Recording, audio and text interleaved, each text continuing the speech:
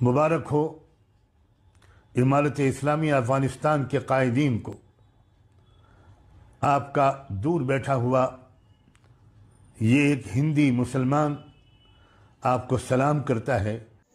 तो यार वीडियो में आगे बढ़ने से पहले चित्र में दिखाई दे रहे हैं इस स्ट्रक्चर या कह सके इस चीज़ का क्या नाम है, वास्तविक में इसका क्या नाम है और उसका जो अभी नाम है वो नहीं बताना आप लोगों को, जो इसका पुराना नाम था वो बताना है। तो ये है आज का सवाल। किसानों की आय दोगुनी हो जाएगी, ऐसा वादा किया था सरकार ने, ऐसा दावा किया था। कितनी हो गई आप, क्या बता रहे हैं आप किसान? 2 गुनी 10 गुनी धरती में सरकार की आय 10 गुनी पहुंच गई।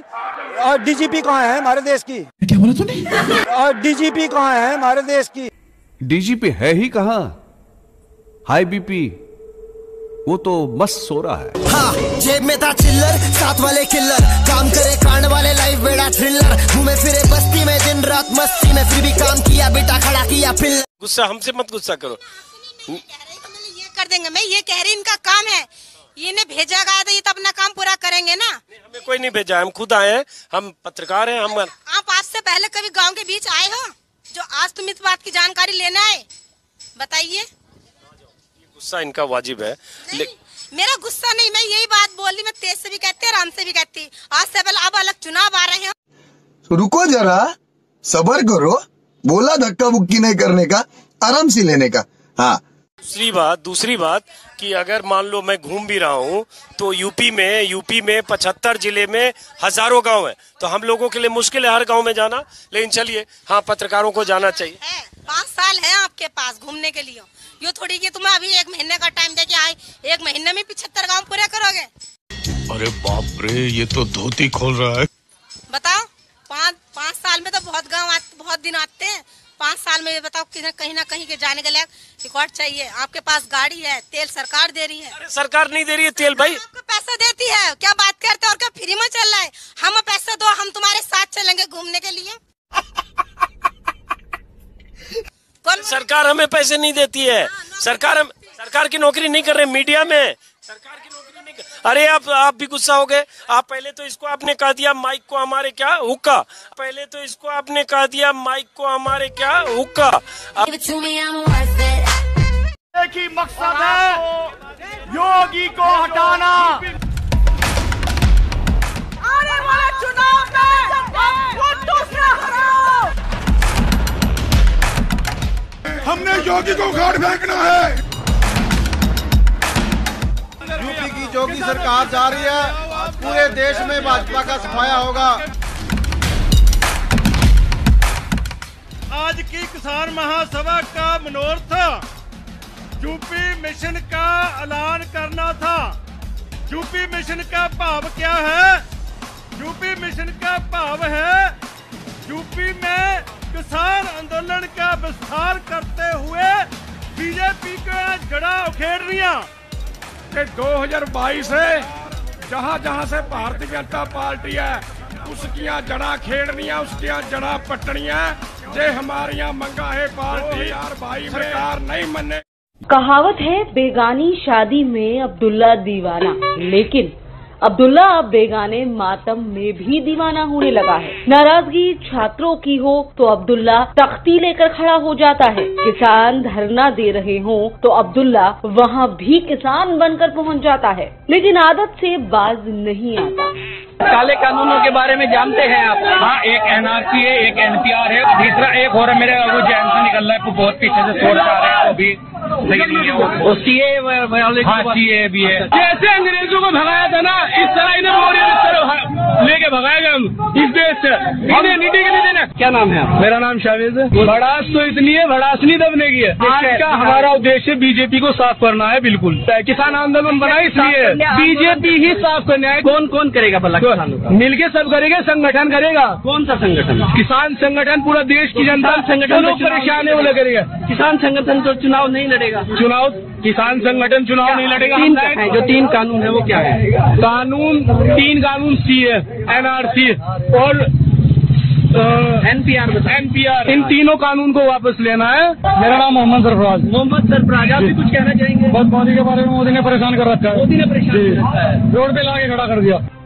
मुद्दे से कोई लेना देना हो चाहे ना हो, जहां देखो अब्दुल्ला दीवानगी में हैरान परेशान घूम रहा है। सोशल मीडिया से लेकर सड़क तक अब्दुल्ला ही अब्दुल्ला है।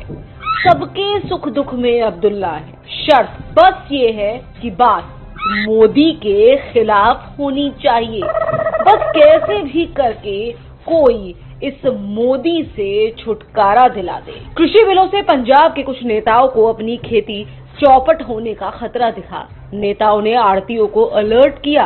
आड़तियों ने किसानों को भड़काया। कूल दिखने के लिए कुछ गवैये भी चले आए। जो भी हो, कुछ दिन वॉक दिखने का इंतजाम हो गया। वैसे भी लोकतंत्र में ये सब होता ही रहता है। कृषि बिलों से फायदा होगा या नुकसान होगा, ये सरकार और किसान की आड़ में बैठे आड़तियों के बीच की बात है। लेकिन न जाने क्यों अब्दुल्ला की उम्मीदों की फसल लहलहा उठी। न खेती से वास्ता है न किसानों से। लेकिन ये काबुल आजकल बहुत ज्यादा चर्चा में है। सिर्फ 200 साल पहले महाराजा रणजीत सिंह जी के समय हिंदू और सिख वहां मेजॉरिटी में थे, और सिर्फ 50 साल पहले काबुल में 1/3 हिंदू और सिख थे। सबसे ज्यादा पढ़ी लिखी कम्युनिटी थी, सबसे ज्यादा बिजनेस कंट्रोल करती थी। आज क्या हालत हो गए? 1947 में लाहौर और कराची दोनों हिंदू और सिख बाहुल्य थे। पंजाबी हिंदू, सिंधी हिंदू के हाथ में सारा का सारा बिजनेस व्यापार, और सबसे ज्यादा पढ़े लिखे थे। चंद महीनों में खत्म। अब आइए 1990 कश्मीर घाटी, श्रीनगर में सबसे ज्यादा पढ़ी लिखी कम्युनिटी, सबसे ज्यादा डेवलपमेंट जिसे हम कहते हैं ओरिएंटेड कम्युनिटी कश्मीरी पंडित थे। चंद महीनों में खत्म। अब और आप आ जाइए तमिलनाडु के पेरम्बडूर जिले के कोलतार गांव के बारे में कोई नहीं बोला, चूंकि वहां 70% मुस्लिम हो गए थे। तो उन्होंने यह कह दिया प्रस्ताव पारित करके कि मंदिर में घंटे न बजाए जाएं, इससे हमारी धार्मिक भावना आहत होती है, जुलूस न निकाला जाए। और सेकुलरिज्म के सारे सूरमा चुप रहे। तमिलनाडु की सरकार पीछे रही। आखिर में हाई कोर्ट के हस्तक्षेप के बाद कहा गया कि नहीं, जैसे मंदिर में पूजा होती थी वैसे ही होता रहेगा। मल्लापुरम केरल, उसकी जिला पंचायत ने प्रस्ताव पारित कर दिया 2014 में कि जो शादी की एज 18 साल है लड़कियों की, उसे घटा के 16 साल कर दिया जाए, चूंकि अब मुस्लिम बाहुल्य हो गया है। और कांग्रेस की सरकार थी, इन्होंने मार्च 2014 में केरल की सरकार ने रेटिफाई कर दिया कि हां मल्लापुरम जिले को मान लिया जाए। गजब है साहब।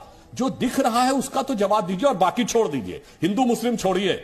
मैं कोट दे रहा हूं जो ना किसी संघी का है, ना भाजपाई का, ना भारतीय का है। मार्क टेली, बहुत बड़े पत्रकार, 26 साल भारत में रहे। उन्होंने द इक्वेटर मैगजीन में 22 सितंबर 2019 को लिखा है कि Muslims in India are the luckier. अब हिंदी में बोले दे रहा हूं पूरा पैराग्राफ को। उन्होंने कहा कि भारत में रहने वाले मुसलमान सबसे भाग्यशाली हैं, क्योंकि वो अपने मजहब में जैसे चाहे वैसे इबादत कर सकते हैं। उन्होंने कहा मैं 26 साल दिल्ली के निजामुद्दीन एरिया में रहा। वहां एक तरफ हजरत निजामुद्दीन औलिया की दरगाह और उसके सामने तबलीगी जमात का ऑफिस था। उन्होंने कहा कोई मुस्लिम देश होता तो ये दोनों एक साथ 26 साल नहीं रह सकते थे। ये सिर्फ भारत में रह रहे हैं। क्यों एक साथ रह रहे हैं? जवाब दे। आपकी अजमत को सलाम करता है, आपकी जुर्रत और हौसले को सलाम करता है, आपके जज्बे ईमानी को सलाम करता है। ये मंजर पूरी दुनिया ने देख लिया कि आपने इस पूरी मुहिम में कहीं पर कोई तशद्दुद नहीं किया। जिसने आपकी मुज़ाहमत नहीं की उसको आपने गले लगा लिया। आपने आम माफ़ी का ऐलान कर दिया। कोई मुआहिदा करके अगर किसी ने इलाका छोड़ना चाहा तो आपने उसको जाने दिया। पूरे मुल्क में ख़वातीन से बदसलूकी का एक वाक़या भी इस दौरान रिपोर्ट नहीं हुआ। वो अपने देश को आज़ाद करने के लिए तालिबान के ज़रिए से, और तालिबान एक ताकत है, और वो उसने अमेरिका को के पाँव नहीं जमने दिए, रशिया के नहीं जमने दिए। जब भी कोई किसी, तो बहरहाल वो अपने देश को खुद चलाना चाहते हैं, अपने तौर पर चलाना चाहते हैं। इनको भय हो सकता है महिलाओं से, आपको भले न हो, हम तो कर रहे हैं। नहीं, आरक्षण आप लेके आएंगे, आप तो तालिबान का भी समर्थन कर रहे हैं।